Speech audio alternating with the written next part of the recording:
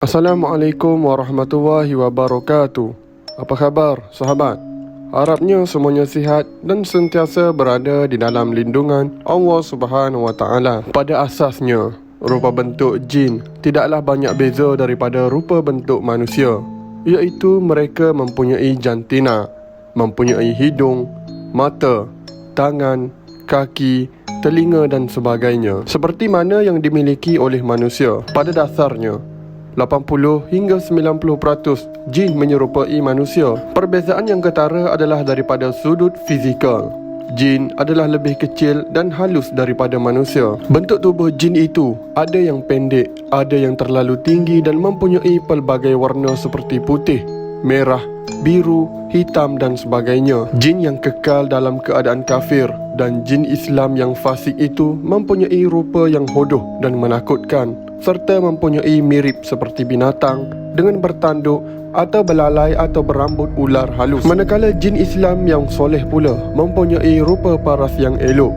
Menurut sesetengah pendapat, ketinggian jin yang sebenar adalah kira-kira 3 hasta sahaja. Umurnya tersangat panjang dan ada yang mencecah hingga 4,000 tahun umurnya. Kecepatan jin bergerak adalah melebihi gerak cahaya dalam satu saat. Memandangkan jin adalah terdiri daripada makhluk yang seni dan tersembunyi, tidak zahir seperti manusia dan tidak sepenuhnya gaib seperti malaikat, maka ruang yang kecil pun boleh diduduki oleh berjuta-juta jin dan ia juga boleh memasuki dan menghuni tubuh badan manusia. Sesetengah berpendapat bahawa jumlah jin terlalu ramai sehingga menurut sesetengah pendapat bilangannya ialah perumpamaan jumlah semua manusia daripada Nabi Adam AS hingga ke hari kiamat. Didarab dengan haiwan-haiwan, didarab dengan batu-batu, didarab dengan pasir-pasir dan semua tumbuh-tumbuhan. Itu pun baru 1/10 daripada jumlah keseluruhan jin.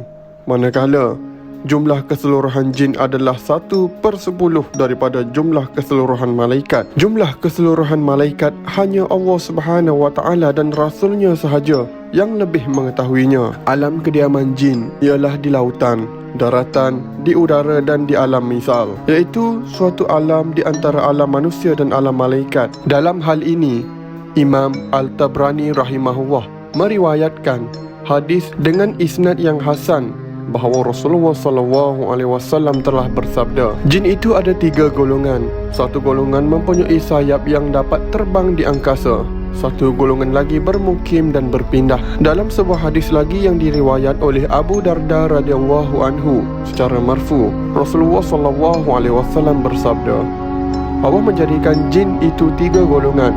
Golongan ular, kalajengking dan binatang atas tanah, golongan semacam angin di udara, dan satu golongan lagi adalah seperti manusia yang kepada mereka dikenakan hisab dan balasan. Pada prinsipnya, jin tidak boleh dilihat, disentuh dan didengar oleh manusia dalam bentuk asal sebagaimana ia diciptakan, kecuali dalam keadaan-keadaan tertentu.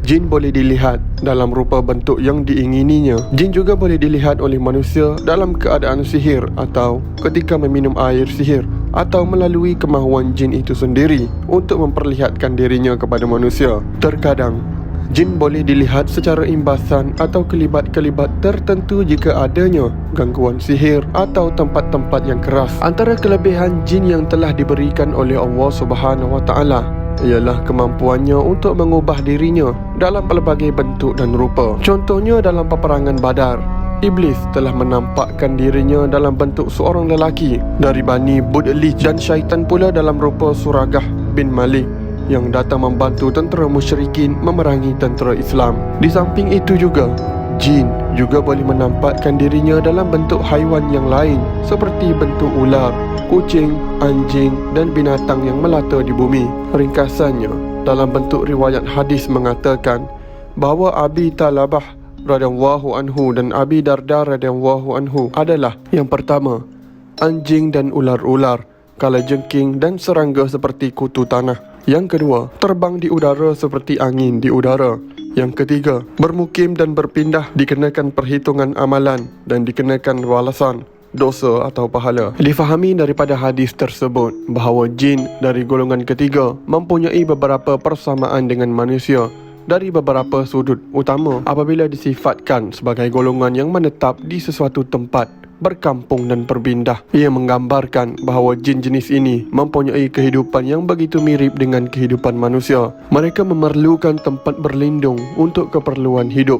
Mereka juga perlukan pergerakan ke suatu tempat untuk memenuhi keperluan hidup. Persamaan yang wujud meletakkan manusia dan jin peluang sama rata untuk memenuhi tuntutan taklif yang memberi kesan terhadap balasan pahala dan dosa. Penjelmaan dalam bentuk dan nama tertentu sebelum ini telah dibincangkan secara terperinci tentang kemampuan jin menyerupai dan menjelma dalam pelbagai bentuk. Bagi masyarakat Melayu, jelmaan ini dikenali dengan pelbagai nama seperti orang bunian atau makhluk halus. Jelmaan ini juga ada kalanya dikaitkan sebagai penunggu, semangat, jembalang dan hantu. Seringkali jelmaan ini digelar sebagai hantu yang menimbulkan perasaan takut dan digambarkan sebagai jelmaan ruh orang mati. Tetapi sebenarnya bukan ruh orang mati, malah jelmaan hantu. Ketakutan akibat gangguan hantu seringkali mengakibatkan manusia terjebak dengan perkara syirik, tahyul dan khurafat. Biasanya amalan syirik, tahyul dan khurafat melibatkan bomoh atau tukang sihir yang berperanan sebagai pengantara jin dan manusia. Amalan yang membawa kepada syirik, tahyul dan khurafat merupakan sasaran utama syaitan dalam menyesatkan umat manusia. Justru itu, jelmaan jin ini adalah mengancam akidah umat Islam.